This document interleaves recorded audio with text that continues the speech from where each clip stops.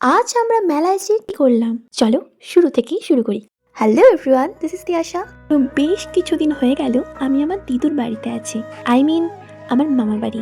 আসলে মেলা উপলক্ষে এসেছিলাম, তবে আসার পর থেকে একবারও যাওয়া হয়নি। তাই আজ সবাই মিলে ঠিক করলাম চলো আজ ঘুরেই আসি। তো ঢুকতেই প্রথমে সবাই মিলে পাঁশকুড়ার চপ খেলাম, তারপরেই চোখে পড়লো এই নাগরদোলাটা। তবে এই সঙ্গী না থাকার কারণে আমার না নাগরদোলায় ওঠা হয় না। প্রায় বহু বছর হয়ে গেছে লাস্ট কবে নাগরদোলায় চড়েছিলাম আমার সেটাও মনে নেই। ছোট থেকেই কখনো এই মেলাটা মিস করতাম না, কিন্তু জানেন তো দিন দিন যত বড় হচ্ছি জীবনে এইসব এক্সাইটমেন্টগুলো কেমন যেন হারিয়ে যাচ্ছে। আর এদিকে আমার ভাই আর বোন গভীর ডিসকাশনে ব্যস্ত।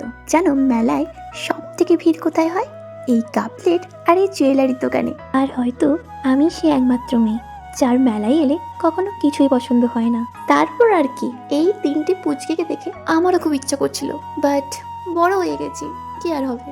মেলায় আসবো আর বাদাম কিনবো না, এটা কি কখনো হয়? তারপর একটু ঘুরে ফিরে এবার বাড়ি ফেরার বেলা। চলো। আর হ্যাঁ, আমার ফোনে অনেক ভিডিও জমে আছে, সব তোমাদের সাথে শেয়ার করব, তোমরা জাস্ট ওয়েট করো।